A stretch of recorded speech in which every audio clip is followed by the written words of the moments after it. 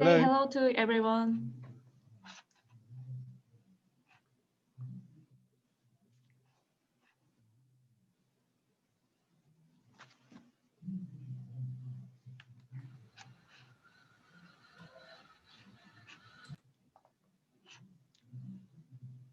Hey, Hongil Kim, can you hear me? Yeah, speaking. This is hello. Yeah. Hey, Thomas. I cannot hear. Online again. Hey. Hi, everybody.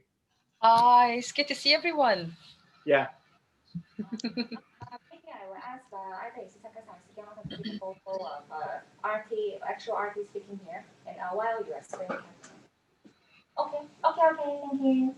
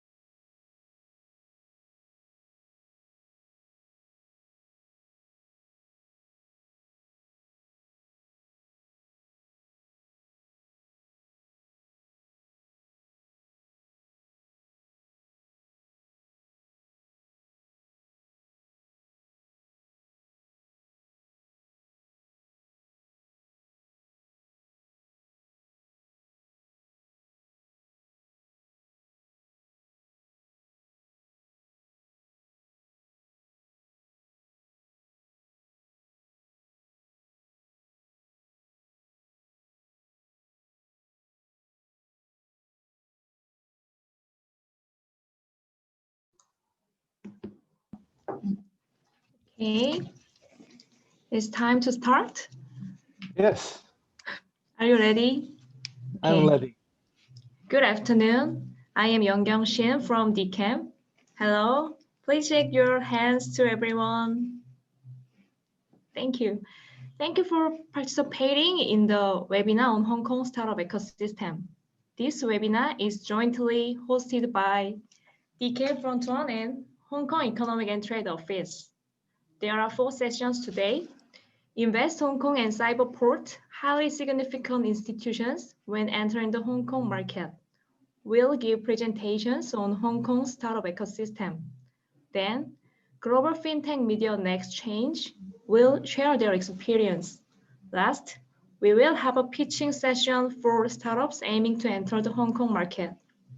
Before we begin, the co-host for today's webinar, Mr. Thomas Wu from the Hong Kong Economic Trade Office and Managing Director Hong-il Kim of DK Front One will give welcome remark. First, Mr. Thomas Wu. Thank you Please. very much. Good afternoon. I'm delighted to meet you online and hope that all of you in both Korea and Hong Kong are safe and healthy during the COVID-19 pandemic. I'm glad to see Mr. Kim Hong-il again since the DCAM pitching event this January, where I was invited to be one of the judges to select winners from all of the very talented participating teams. I would like to take this opportunity to express my gratitude to Mr. Kim for DCAM's support to this webinar as the co-organizer so that we can reach out to a wider audience of Korea's startup community. My appreciation also goes to the Hong Kong Cyberport and Invest Hong Kong, both of which have been spearheading the vibrant development of Hong Kong's startup ecosystem. Hong Kong and Korea have all along maintained very strong ties in many areas. Korea is our 6th major trading partner, and Hong Kong is Korea's 5th. With the mutual visa-free arrangement, about 700,000 Hong Kong visitors came to Korea, and about 1 million Koreans visited Hong Kong last year. As of December 2019, there were about 190 flights connecting Hong Kong and various cities in Korea every week. This close bonding has paved the way for more high value-added investments between the two advanced economies, including establishing startups by innovators, entrepreneurs, as well as R&D talents. With a population of 7.4 million, Hong Kong is an international hub and super connector for business, finance, I&T, shipping, and many other fronts. Hong Kong has continued to be rated as the world's freest economy by the Fraser Institute in its Economic Freedom of the World annual reports. Hong Kong also ranked 4th globally on the ease of doing business by the World Bank's Doing Business 2019 reports.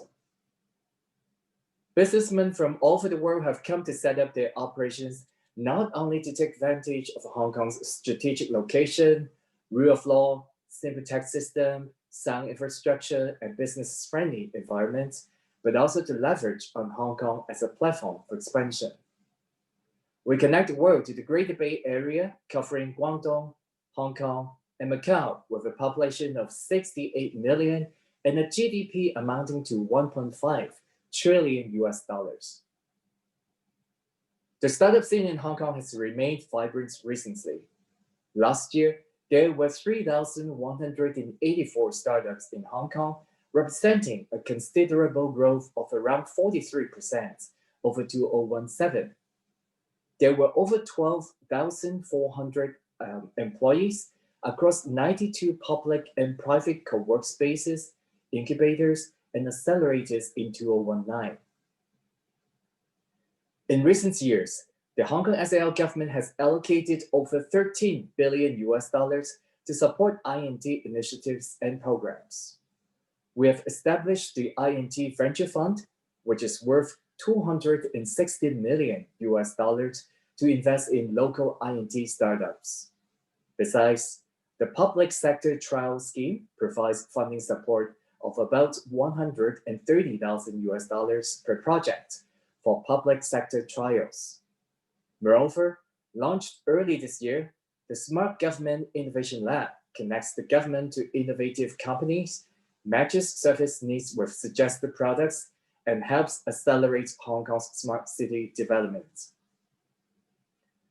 With ready access to the mainland of China, in particular the Greater Bay Area, Hong Kong is now collaborating with Shenzhen to build the Hong Kong Shenzhen Innovation and Technology Park, which will serve as a regional and international base for cooperation in scientific research, as well as for higher education, culture, creative, and other complementary activities. Establishing a startup is no small decision, and I believe entrepreneurs and innovators will take into account a host of factors. In the light of the recent developments in Hong Kong, I feel obliged to give you an update on our city, which I hope will dispel some misrepresentations. With the escalating violence and vandalism over the past year, the Hong Kong National Security Law was promulgated on 30th of June this year, with the objective to safeguard national security and restore social order. Every country has laws and duty to safeguard its national security and sovereignty. The Hong Kong National Security Law only targets a very small minority of people who have committed 4 types of acts with an intent to seriously endanger national security, while the life and property, basic rights and freedoms of the majority of Hong Kong residents will be protected. For local and foreign companies operating in Hong Kong, the law will not affect the way they conduct business, engage in market activities, handle business information, conduct analysis, or express opinions. Neither will the law affect normal exchange between individuals, organizations, and their foreign counterparts. As a matter of fact, since its implementation, the effects of the national security law in restoring Hong Kong's stability is clearly seen. The new law is vital in restoring order and safeguarding long-term prosperity and stability. Hong Kong continues to be a global business center and a world-class talent hub for innovation and technology. I wish to reaffirm the Hong Kong SAR government's commitment to upholding the one country, two systems principle, the rule of law, and the protection of various rights and freedoms in Hong Kong. The fundamental strengths that underpin Hong Kong's success as an international business center, including the rule of law, free flow of information and capital, freedom of speech and expression, a simple tax system with a low tax rate, etc., will remain unchanged. Last but not least, I'm sure that this webinar can provide you with more practical information to facilitate your decision of setting up startups in Hong Kong. Please feel free to contact us, the Hong Kong Cyberport, or Invest Hong Kong colleagues if you have any inquiries. Thank you very much. Thank you for your remark. So next, Mr. Hong Il Kim. Oh, those, no, Nei hao. Ni hao. Nei hao and ni hao. I just remember the Nei hao, those, Ungkoi, and as well as the, my home, Sito Pato, Cheng Sui Yuan, and what is that? Yang Ming Sanjiang. You know, I lived from 2000 to 2011. I lived in Hong Kong and came back to Korea 2012. Meaning that today's event is, you know, very exciting moment to me. And Mr. Wu has to give long speech to us, but let me summarize during his presentation 2 things I emphasized. Hong Kong is business-friendly environment better than Korea. I can say that one. As well as Hong Kong people very humble and they want to be humble. So today we will introduce 2 startups from Korean startup. One is the Awesome Nay, and the other one is Ladwi. Both of them is very eager to extend their business to the Hong Kong as well as mainland China and East Asia, South Asia. So today's webinar is very exciting to me as well as to a Korean startup. And thank you to Cyport and Investment Hong Kong and especially Thomas Wu, Mr. Thomas Wu, very thank. And I hope today's meeting webinar should be practical and the hands-free to both of them. So last, let me close this way. Joy Kin, what is the Joy Kin? Is Zai Jian? Okay, Joy Kin and Doze Ongoi. Thank you all of us, you guys. Then please enjoy this webinar. And I hope next time, I hope to visit Hong Kong, and Mr. Wu, please come to again to Korea as well. Thank you.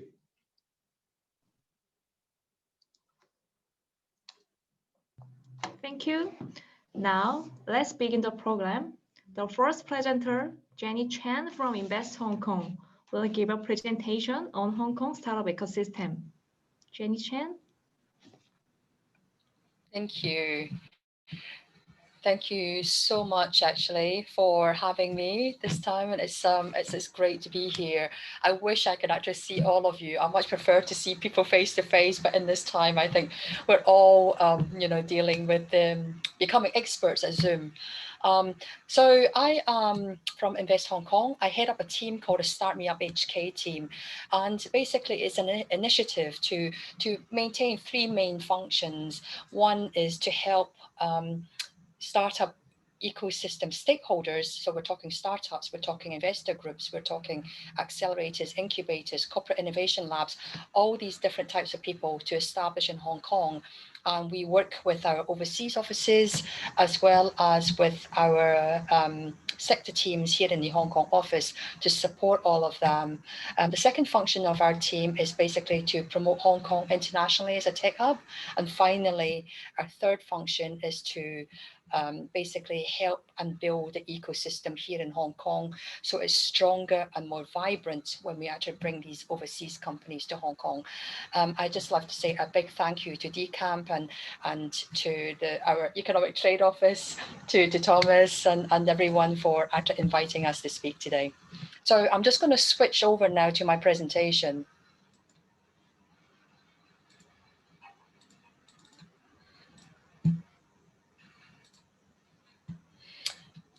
So why Hong Kong? Hong Kong is one of the main cities, international cities within Asia in terms of overseas companies wanting to establish, whether we're talking about regional offices or headquarters. There are some fundamental business advantages and the strong reasons as to why these international companies actually come to Hong Kong. I've listed some of these things over here, and I'll just go through them very quickly. Now, in terms of capital fundraising, Hong Kong has always been a financial center since the 70s. We've been, going up the rankings in terms of fundraising, predominantly on the IPO side. So if you look at 2019, we were again the top IPO location worldwide.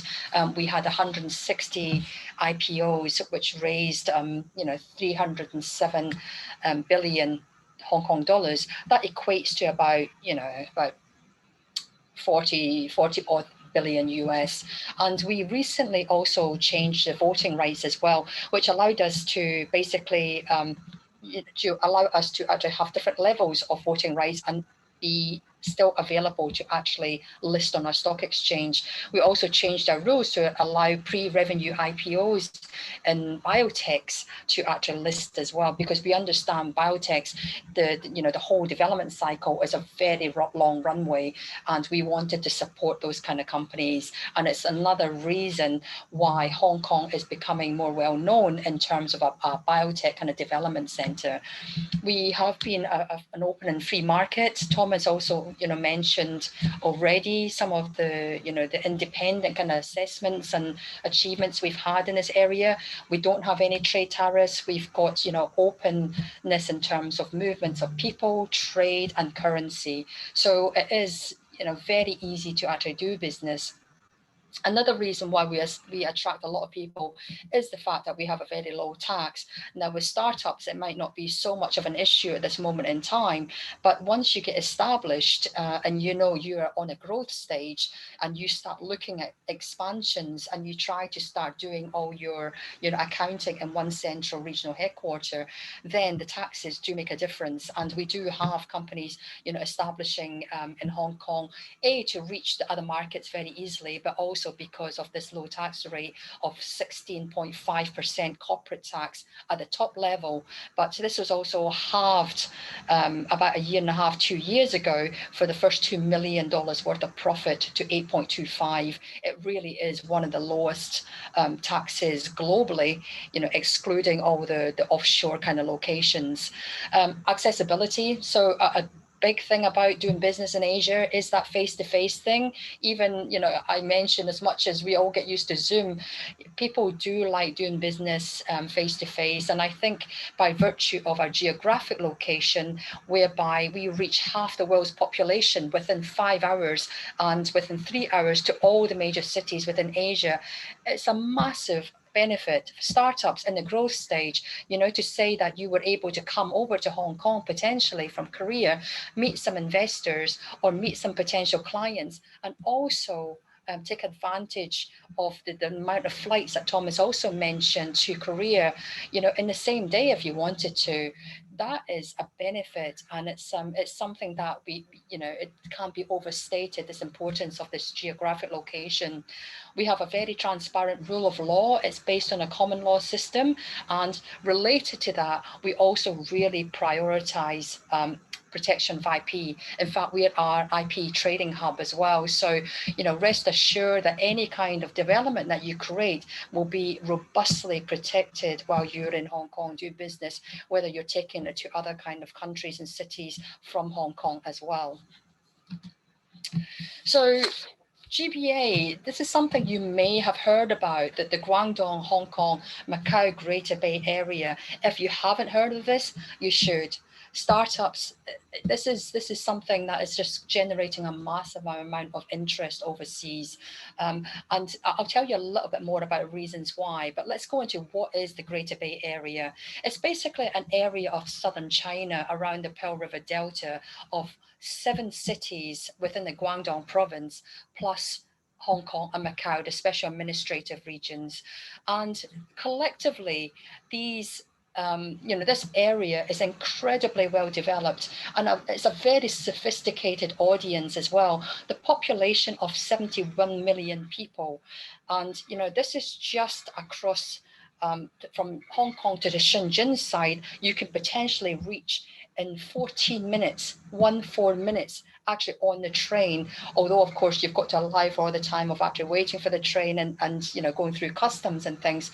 But the time required to get from the center of Hong Kong to Shenzhen, which is one of those cities, and from Shenzhen, you reach out to all these other kind of cities within the GBA. It's a big benefit because you have got a very sophisticated audience. You've got a GDP, it's of 1.6 trillion in this area alone, which is equivalent to Australia or Spain, bigger than those countries. So within a relatively small concentrated area, you can tap into a massive potential market on there. It's China's wealthiest urban cluster, but it's one thing that you may be aware of already, because a lot of the Korean startups I see are in the hardware kind of space, or in the med tech, health tech kind of space. A lot of the really high-end manufacturing is done in one of these kind of cities within the GBA. So if you were looking to get access to high-end manufacturing, rapid prototyping, it's all there within a very small area. It's also a tech cluster, especially in Shenzhen, is it will be one of the innovation hubs globally. I think there's no getting around it, and certainly within mainland China, I think this they are definitely up there. and will be probably the most prominent going forward. And with us in Hong Kong supporting all of that collectively, you are in a very strong position. And the clusters have been created by some of these tech giants that have their headquarters there. So for example, Tencent, HTC, Huawei, their headquarters are based there. So because of that, you've got a lot of other kind of companies like investors associated with them.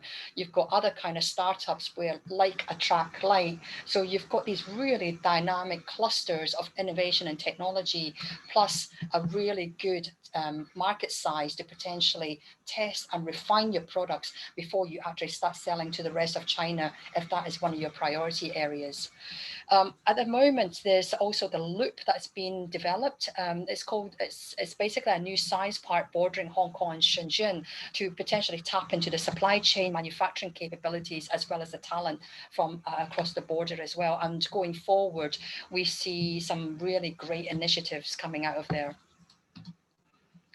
About the startup ecosystem. So, you know, some of this has already been mentioned, but I just wanted to highlight the fact that it is a very strong growing ecosystem over the past 6 years. Effectively, when it started, we've seen massive growth. You can see some of the accelerators we've got here. So the two main ones are Cyberport and Science Park. Those are publicly funded and they are very comprehensive. And of course, you'll hear from Ivy later about the specifics of what Cyberport can provide you. But we also have other ones that are much more specific, whether you're talking fintech, whether you're talking AI, whether you're talking about retail tech. So there is something to suit different types of businesses. And, you know, one thing I think that I should mention, and it's just not because we've got unicorns per se, that as a metric is not something that we should, you know, compare specific cities. I just wanted to say though that on a per capita kind of basis, when you're able to create 7 unicorns within a relatively short space of time, about 5 years or so, with a population of 7.2 million people, it's an incredibly high per capita creation. And that just basically shows how vibrant and strong the startup ecosystem is. And if you've got the technology, you've got the right business, the right team, you can really do try scale your business from Hong Kong to other places within Asia.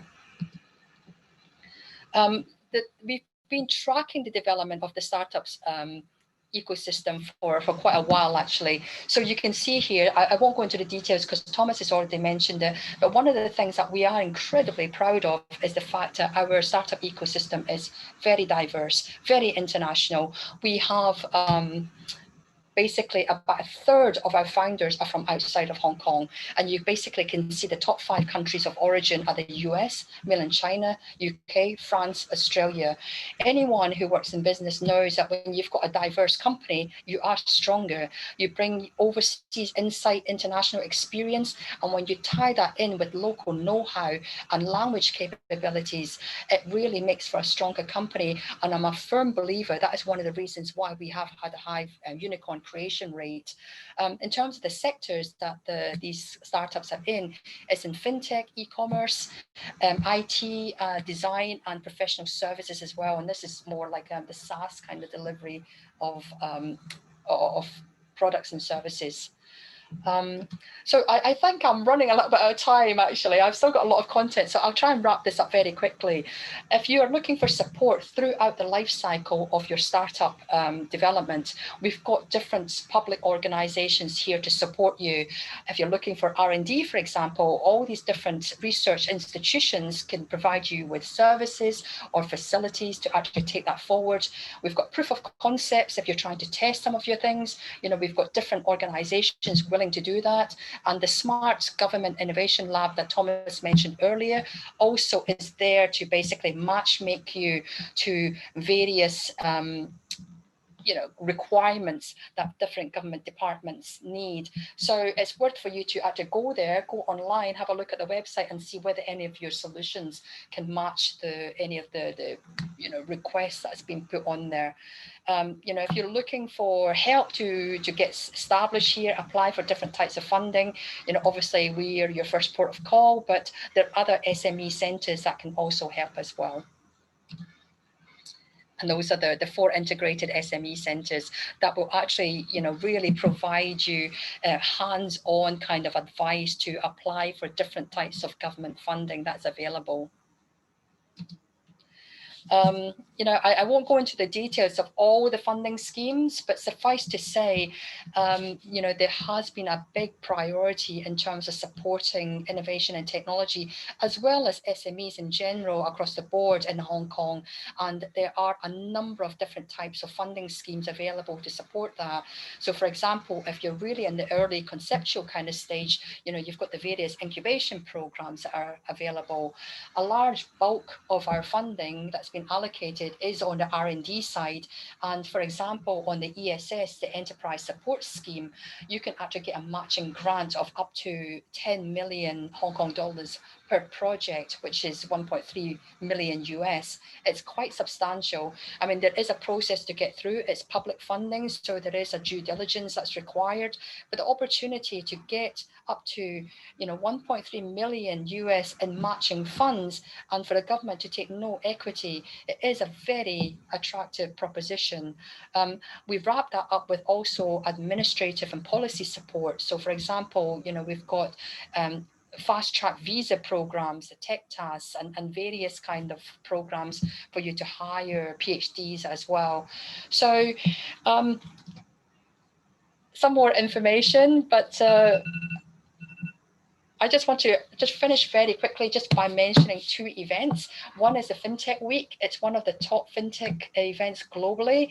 And, this year it's going to be virtual for the first time. If you're in the FinTech space, it's really worth you looking at this. And the second one is the Start Me Up Hong Kong Festival. This is across the board technology. So it's not just FinTech, it's retail tech, it's smart city technologies. We just had this. We had 181,000 people come and attend virtually this year. So, we were incredibly humbled by the amount of people that actually showed up to attend this. And these are my contacts. But if you don't mind, I would just like to just show you very quickly the video, and then that's me done of our festival.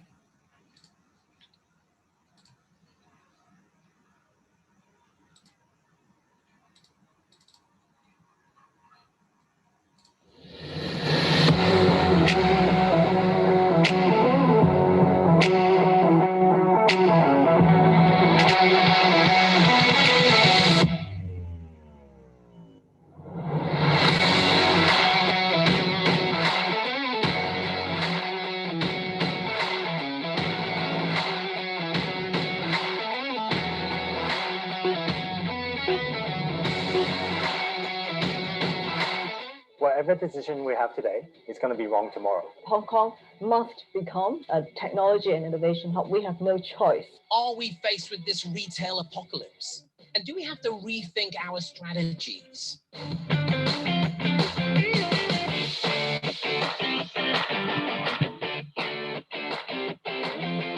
Those are great ways to learn how to ask questions and meet people.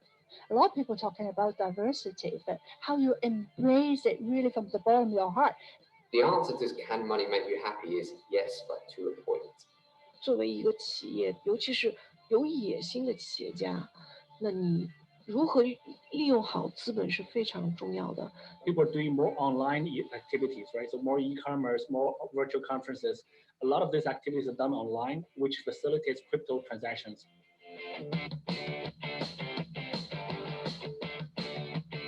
Our pace of learning, despite technology, is still too slow.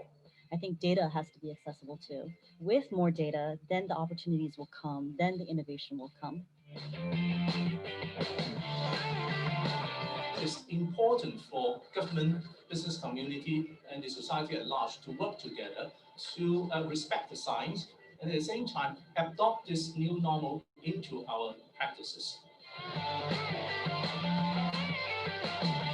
I think one of the types of things that young people have been doing through mobile phones and digital connection is supporting each other online and having sort of socially and emotionally supportive relationships. The internet was just a great vehicle for that, and the internet changed communications and information and gaming and entertainment and media, all sorts of industries.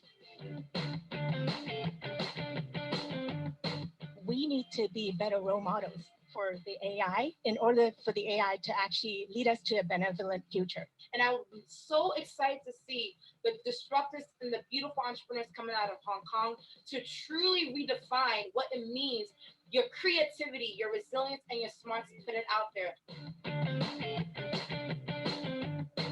How we can make this ecosystem more robust and more sustainable in the future, even there are new tech challenges coming.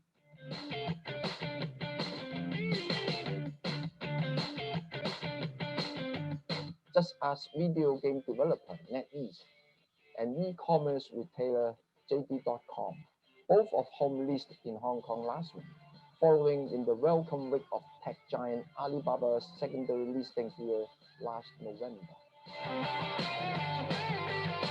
These actually exceed my expectations. They're having a lot of fun down there. I did feel like there's a global audience.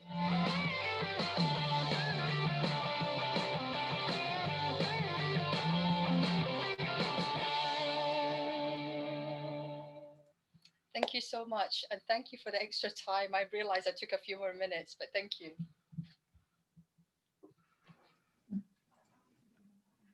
Thank you. So stop your sharing screen. Okay, thank you. So the second presenter, Miss Ivy Chen from Cyberport, will give a presentation. Thank you. Hi, good afternoon, everyone. First of all, I would like to thank the organizers, DCAM, Front One, Hong Kong ETO. I'm Ivy Chen from the Cyberport Ecosystem Development Team. Today, I'm going to use the next 15 minutes to talk about Cyberport, to give an overview of the startup programs we've been organizing, and also the ecosystem we have built for the startup. Hopefully, after this, we can give the Korean startup a quick view of what type of facilitation they can get if they choose to land at Cyberport in the future.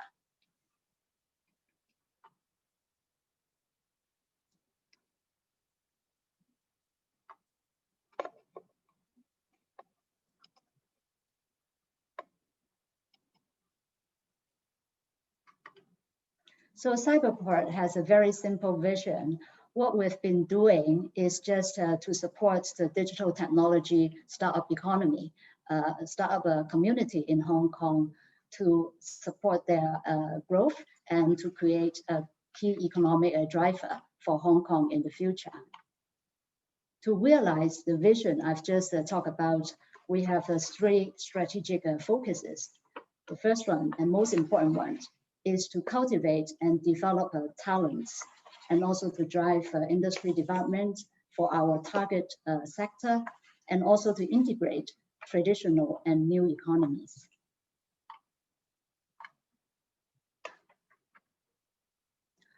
Cyberport is physically located in the southern part of the Hong Kong island, facing the sea. In our campus, we have 4 office buildings in there with got more than 1 million square feet of grade A office space in there. And also we have a retail space, we have an arcade, we have a hotel in there. Also we have a waterfront park. What we are trying to do is to build a complete community in here so that you can come here to work, to play, and also to shop and have fun in here.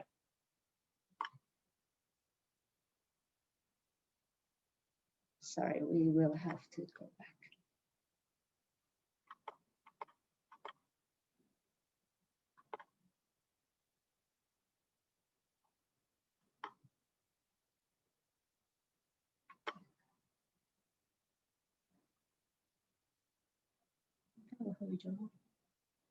Sorry, I messed up a bit on the slide. Let me just come back again.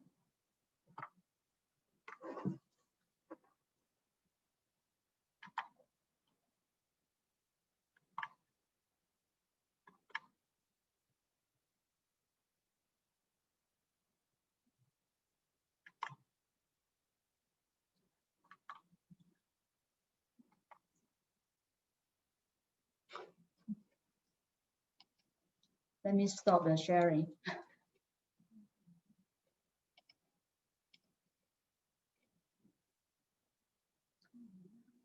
Okay, Ivy Chen.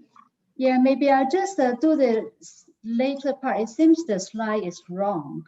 Wrong, so we will share your file. Yeah, it's okay. Let me just get the right one.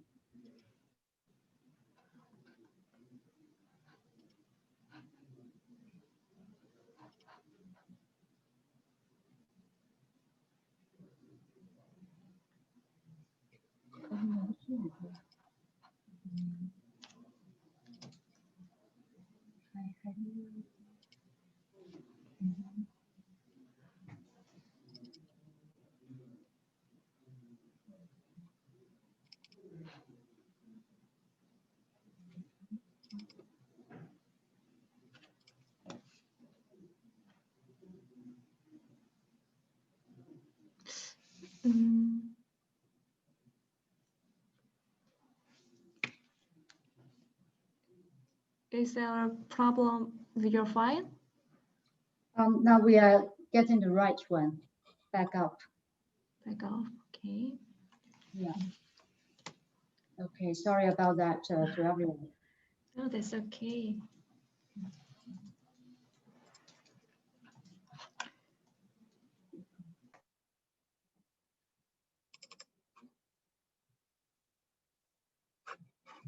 Yeah, you now can see the campus slide, right?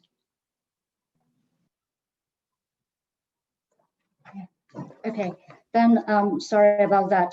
Then we are going to look at the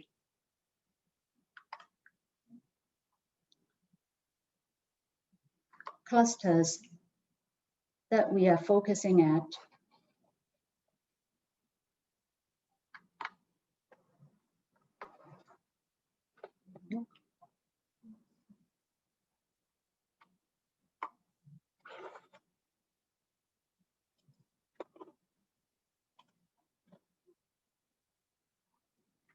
Okay.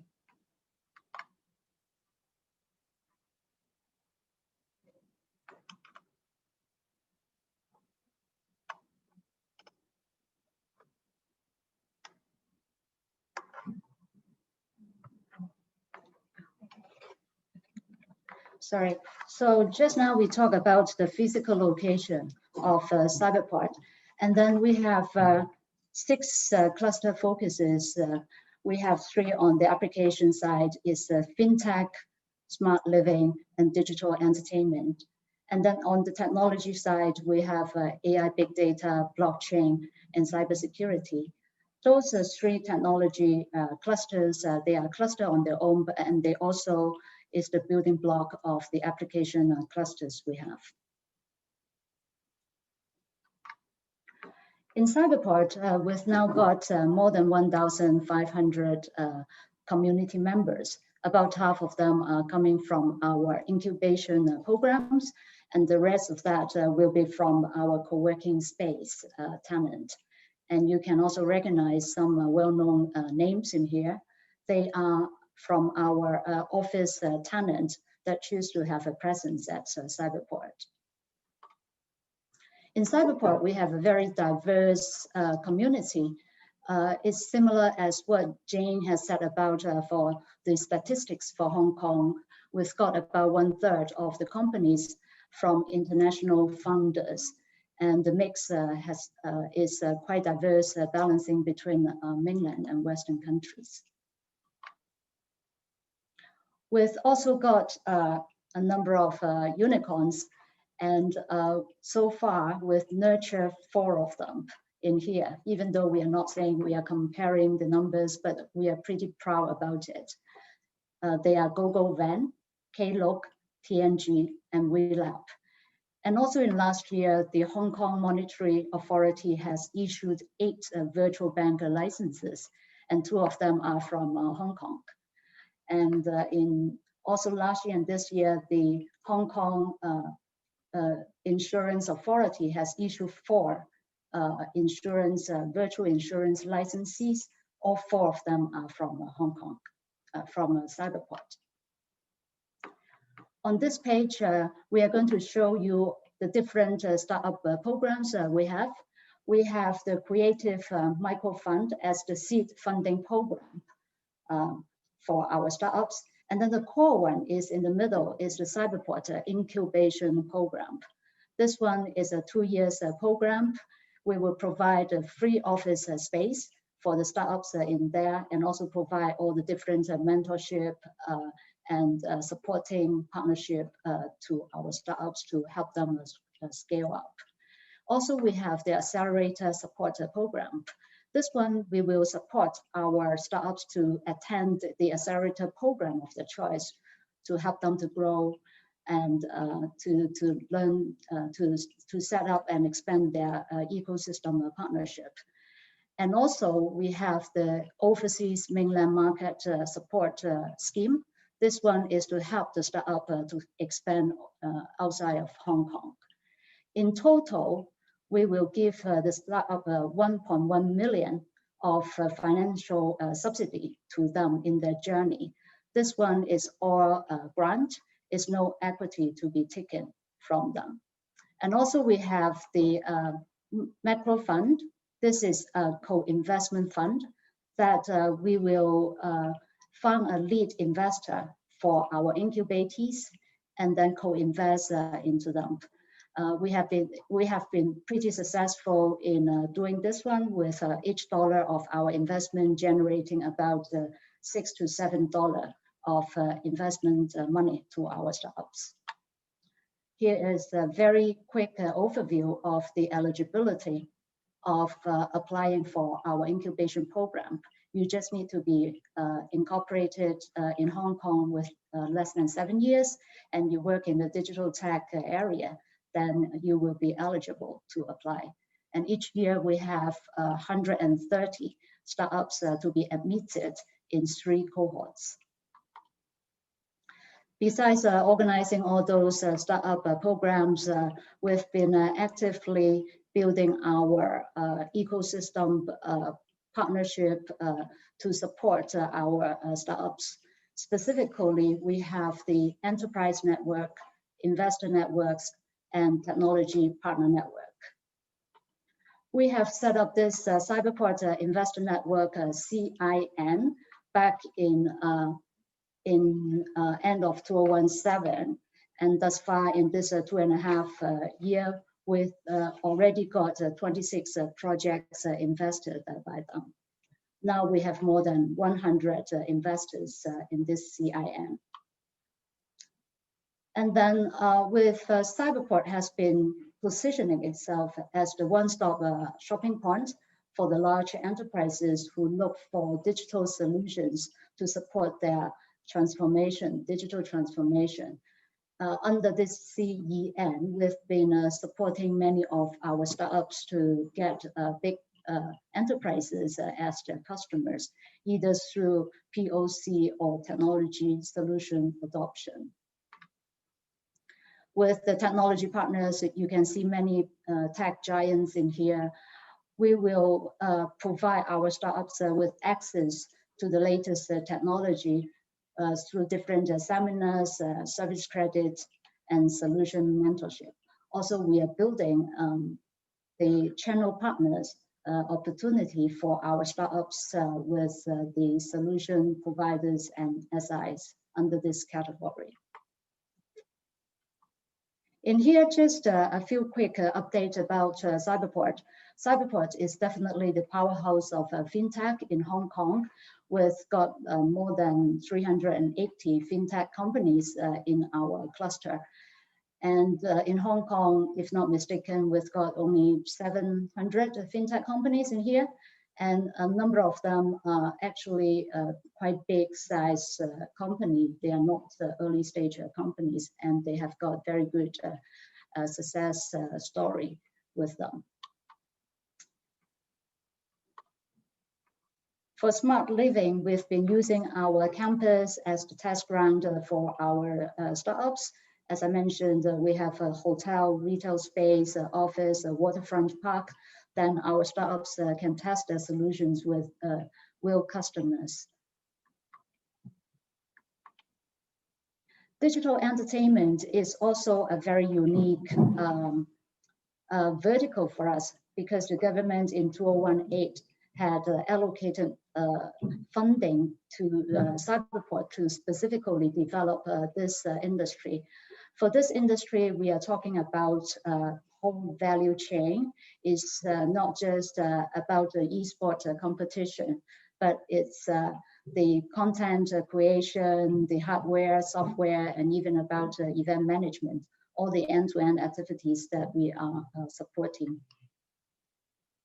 About facilitation to enter into GBA, first of all, we have to say that the Hong Kong has a unique position. As what we've just heard, we are the most open and international city within the GBA. So we will make use of this unique capability to promote GBA to overseas to attract capital and talent. Specifically for Cyberport, we have a remit on fostering youth innovation and entrepreneurship. For a startup to join Cyberport incubation program, they not just come here for the free office or the financial subsidies, but they're here to join the community and also to access to the ecosystem partnership that Cyberport has built up for them. Specifically for GBA, accessing the mainland into the mainland market, we have the three partnership network I mentioned is the Investor Network, Technology Partner Network, and also the Enterprise Network. A number of them have mainland business, and they have the ability to bring the more mature startups to go into the market. And also we have built up our lending partner relationship and ecosystem with some major GBA cities. We have done a survey in end of last year that the Cyberport startups wanted to go into those 4 cities I mentioned in here. So we have linked up with the local partners to ensure that if our startups land at those cities, they will get all the supports on like opening companies, also the tax accounting support, policy briefing, all those supports will be given to the startups. And also we've got a list of China-focused accelerator programs, and those programs we think it would be a good way for the startups to join so that they can get some support and from the practitioner to refine their go to China market plan. And also we have a regular GBA market and policy briefing to our startups because we think China is a vast market. We've got its unique market mechanisms and practices. And also the policy has to be like the startups have to also study that well before they go into it. So we will have a regular briefing on that one. Also, there will be the market development support financial schemes that for startups who wants to go into the China market, we will also have support on that. So here is a list, some example about the accelerator program that we have. Out of the about 50 accelerator program that Cyberport is supporting, about 16 of them have a China focus, and we will recommend startups coming to Cyberport also take a look at these programs to get themselves familiar with the China market by joining them. Also, we have within the 100 investors within our CIN, 30 of them are from the China-based or background. So those investors will be able to support our startups to go into the mainland market as well. Over the years, Cyberport has supported more than 100 Cyberport incubatees expanding into different overseas markets, and here is a quick snapshot of that.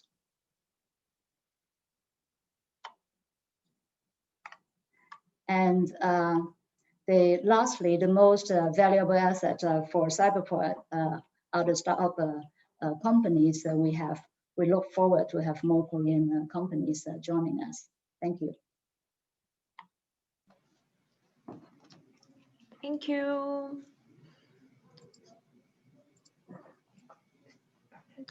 So stop sharing your, yes, thank you. The next presentation will be given by Juan Lee, CEO of NextChange, the global fintech media. Juan Lee, are you ready? Yes. 1 second. Let me share my screen. Can everybody see my screen? Yes. Okay, great. 안녕하십니까? My name is Juan Lee, and I have the fortunate situation of being Korean American and also living in Hong Kong. So I would like to kind of bridge both countries. I've been fortunate also to have several events at DCamp on your top floor. It was a couple years ago with Sonia, and I was there. We had a fintech and a blockchain event, so it was very great location, and I enjoyed myself. I'm also involved, having been involved with Cyberport, and my office is in Cyberport, and we've been here for about 6 years. So I've been very fortunate to watch the whole Cyberport ecosystem grow and participated in the incubation program, and actually graduated from there and became a mentor to many of the organizations. So let me tell you more about NextChange Group. We are we're trying to address the problem in this industry where startups and investors and corporate governments are really not connected in transacting in business, focus on the monetization. And we provide ecosystems that bring these different, I guess, people in the ecosystem together through a number of things. We have a media division that brings various different events, and we do also have content, and we have social assets, but we focus mainly on a few areas: blockchain, fintech, AI, smart cities, health tech, and even entertainment technology. We have been around for over 6 years, and we have locations in Hong Kong, Beijing, Singapore, New York, San Francisco, Los Angeles, London, and even in Moscow. We have a very strong and experienced team, and we're very well recognized in the fintech and blockchain space. So let me tell you how we're set up. NextChange Group is 3 separate divisions. NextChange do venture building in later stage companies, and we are analyzing a fund with the partner. We also have an largely on and we the token launches in early 2017, and was the main book runner for Telegram in Asia during that period. So our media, many people know us through our media. However, we do so many other things, and we really have a very large ecosystem. We have over 150 partners, and we throw some marquee events. We run Hong Kong Blockchain Week and Singapore Blockchain Week, and this time it will be virtual, but in the past it was live. And for those who are interested on this call, we're going to have our virtual blockchain event on the 17th to the 19th in November. So we've done many events, and these events really date back to 2014. We were the original organizer, of course, InvestHK is the organizer, but we were the original co-organizer for Hong Kong FinTech Week. We have done major FinTech events with HKMA, and Citibank, and now doing, but largely our events are coordinated with government organizations and entities. We have a very robust content platform, and what that does for us is it brings a lot of deal flow. And our goal is how to monetize this ecosystem. And of course, it's a bit like a fire. If you don't keep on adding to the fire, it will go out. And where we've really benefited is our venture builds. We are involved in a number of different venture builds. We have sizable equity stakes in 7+ projects. I will talk about a few, but what we've been able to do with this ecosystem have a unique informational advantage. We have a track record of incubating, accelerating companies. Because we have these 3 divisions, there's a very nice synergy amongst the 3. And we have a number of different partners, but also we are very close to 400+ investors around the world, specifically in the areas that we focus on. So we have a unique deal sourcing platform because of the partnerships that we have, the ecosystem that we built. And and my background is largely in the investment field. And it is a real full life cycle approach where all 3 of these divisions work synergistic with each other. We go through a very systematic selection process, but what's important is that we can service companies in almost all facets of their life cycle, from the earlier stage where we can help them with token offerings, to the venture builds, and to the potential exits. This is one case study that we have. We are a sizable equity shareholder in Zillinet. Zillinet is actually a technology company focused on servicing the Chinese retirement, the whole retirement senior citizens and over 500 million people in China. Also, we are involved in the entertainment industry through Animal Head, and we've had a lot of success with this because we've partnered with a very important media mogul out of the US.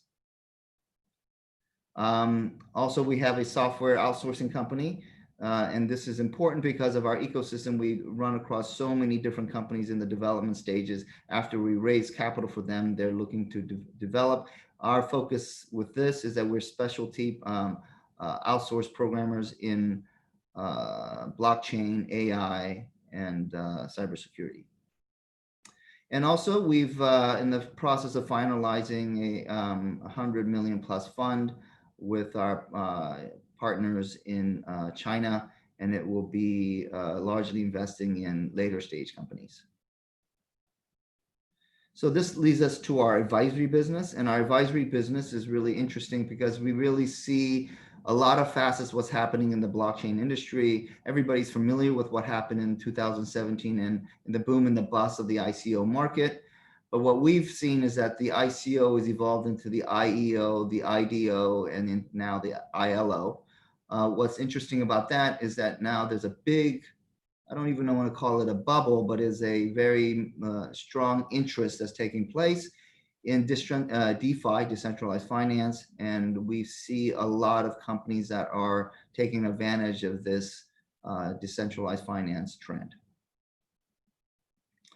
And we're able to service them because we have a full stack token sale platform, which has a whole process from A to Z, and a dashboard that allows the client to take their company from the beginning and to the very end. And we have all the pieces together, from the tokenization, token release, and the actual listing into the exchange, in addition to the liquidity that you need to provide to support it in the aftermarket. And we have a started line of board members and advisors, from the former CEO of JP Morgan's private bank, the co-founder of Skype, the former CFO of Yahoo. So we've really built a very experienced and deep team. And so that's us. Thank you so much for your time. 감사합니다. Okay. Thank you for your presentation. So stop sharing your screen. And in the last session, 2 Korean startups aiming to enter the Hong Kong market will give a pitch. The first pitch will be given by Jiwon Kim, CEO of Ledwit. Jiwon Kim. Yes.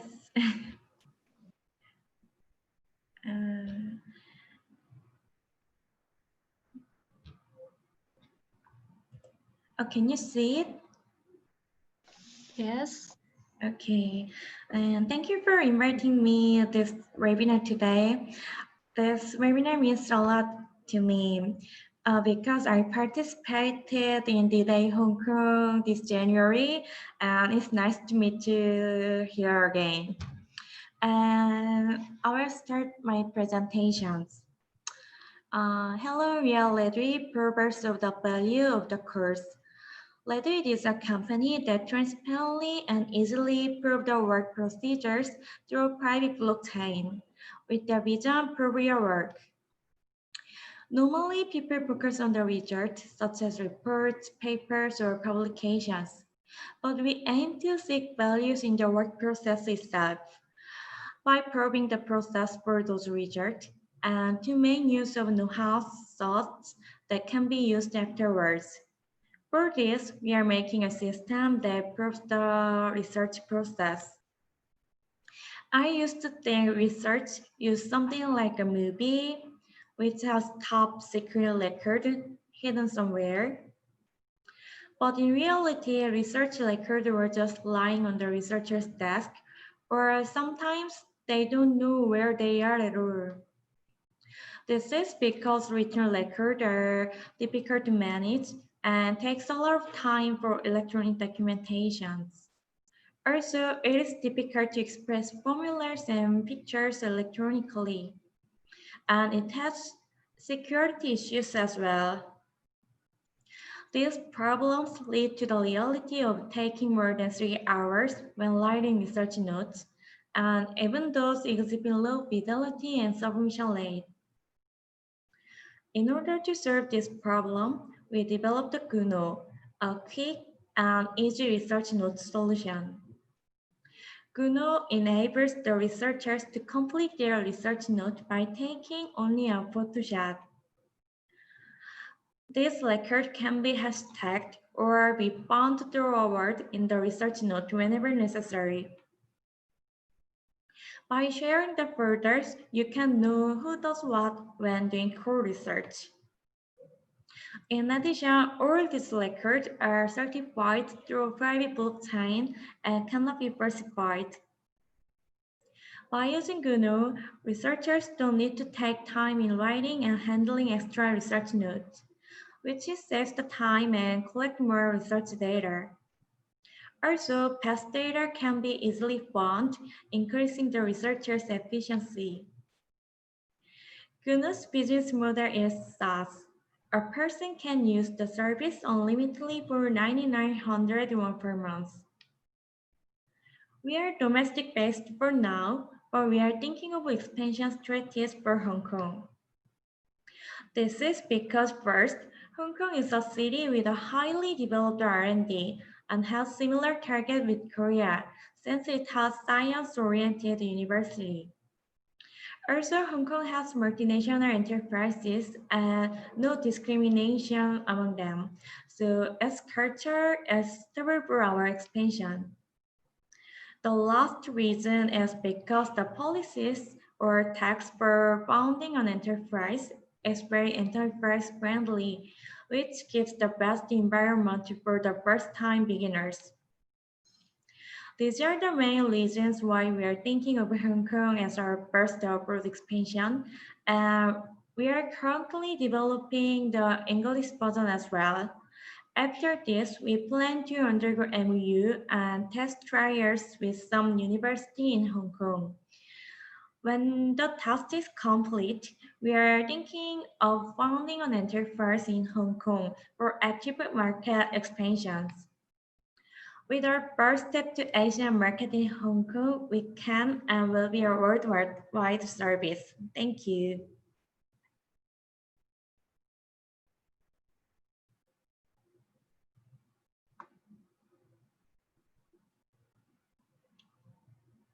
So, are you done it? Yes. Thank you for your presentation. Next, Geun-Soo Jung, co-founder of AwesomeLay. Geun-Soo Jung, the I'm here. Yeah. Thank you, and please wait. I'm preparing my material, and please wait.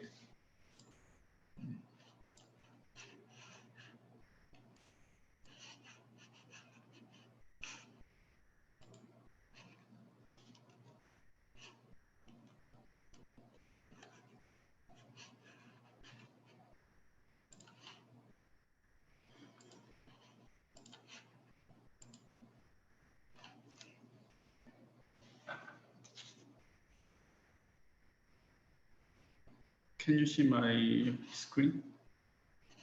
Yeah, we can see. Well. Okay. Hello, I'm Geun-Soo Jung, a co-founder and CEO of AwesomeLay. It's my honor to introduce our company and activity for global market entry today. AwesomeLay provides a solution to manage the indoor air quality.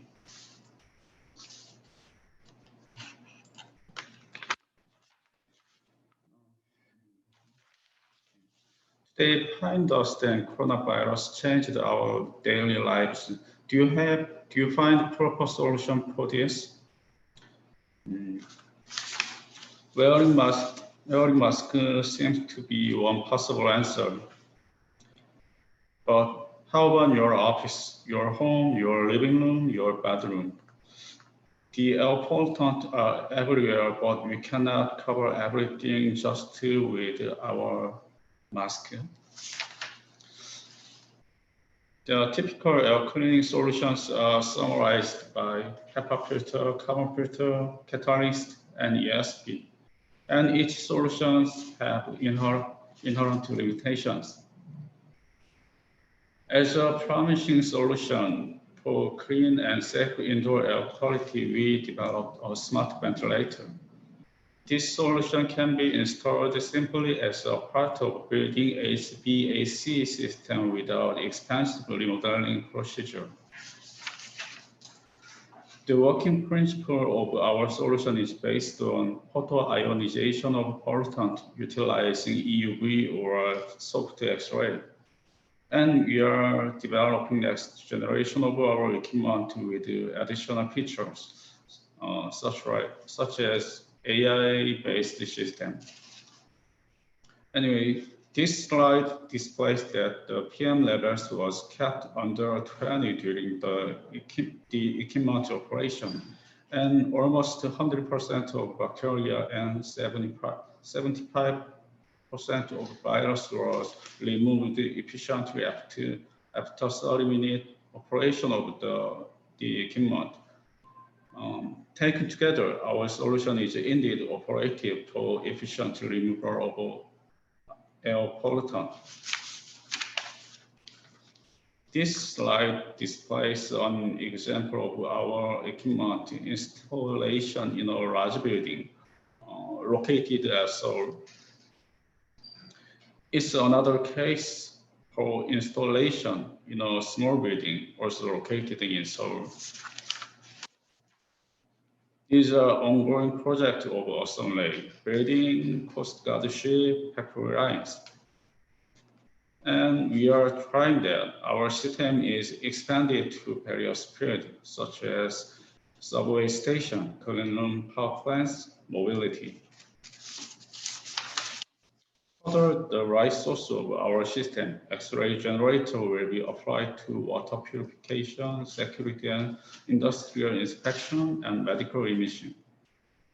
Basic R&D for this is already started. These are our company history since foundation in 2018. For 2 years, we raised $7 million from VCs in Korea, and signed a partnership with the hospital, national institute, and engineering companies.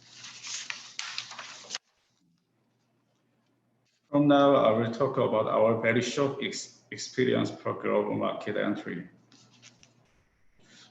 At earlier, we conducted only vague trials without a well-designed strategy for global market entry. We participated in a startup camp in Beijing. It was a cultural program. And to prepare a Korean government supporting program, we signed a MOU with Innovate on incubator in China. And we planned to participate Start Me Up Hong Kong, but it was cancelled because of Corona pandemic. And very recently, a consulting contract was signed for market research survey and business model establishment. We are in very early stage to global market, and it's still hard to design the business strategy for developing global market, including Hong Kong. But we are still trying to explore the global market. Thank you for your attention.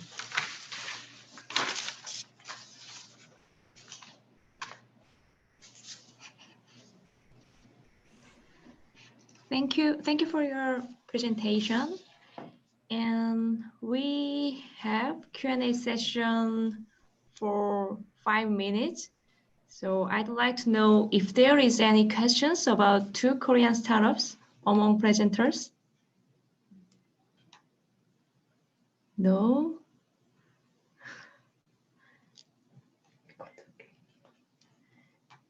Jenny Chen, don't you have any question?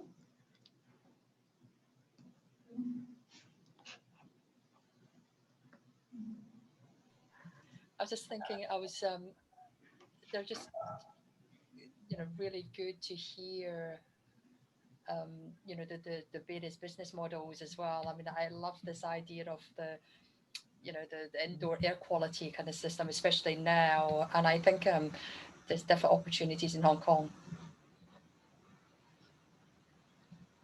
Okay, Joan Lee. Yeah, I was just curious. Is it Redwit? How are you? Like, who are you partnering with as you enter into the Hong Kong market? Because that's going to be very important as you move into this market.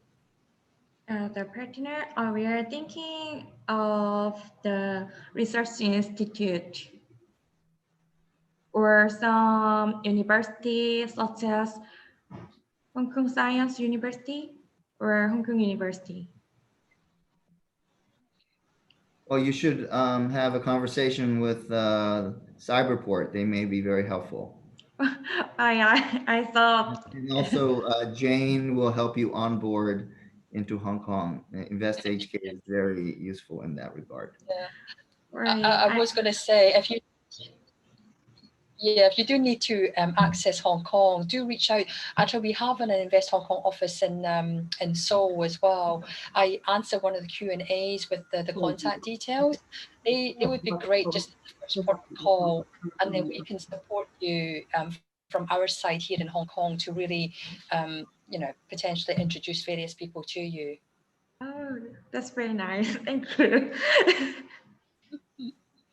Okay, thank you. Just now, sorry, I messed up on the presentation.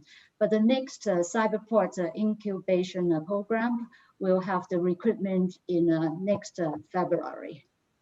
So February? Yeah, you can contact us, and then we can see how to support your recruitment. Okay. We are planning to hire some staff and specializing in Hong Kong. We are planning to expand Hong Kong market next year. So I think February is very nice time. Yes, it's lovely at that time of year. Just a few comments though. I'm indeed happy in January. to hear about your presentations. The Redway presentation, it was very exciting for me to learn of your presentation, and I hope that everything will be going well, especially your endeavor in going to the Hong Kong market. And speaking about Awesome Ray, I'm actually very interested in the air cleansing thing. And indeed, my friends in Hong Kong are all very, obsessed with all kinds of like cleansing equipment and everything. Is it that your cleansing equipment is only like designed for like big corporations, buildings, but it won't be, be used for like just families or homes domestically, right? So basically, it is for very large scale buildings but not for like household families, right? Sure, we preparing small equipment for personalized use. So next stage we can provide for small equipment for home. Yeah, and the equipment. Yeah, so the equipment can be installed at the house, on the window, anywhere else. So we are preparing now. Oh, that's great. Yeah. I look forward to see your new equipment and everything to cleanse the air. Okay, thank you. Thanks.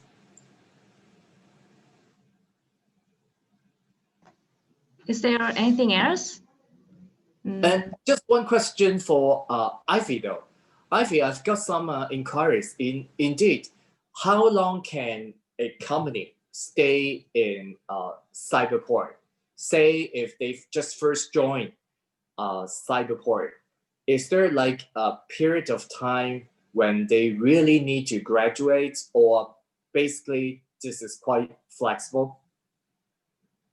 The maximum, if they join our incubation program, the maximum time is 2 years.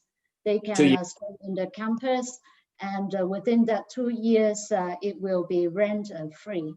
Then after that 2 years, they can still be a smart space tenant in the campus, just like Joanne. Then, but of course, he has, or the company has to pay rent at the time. I see.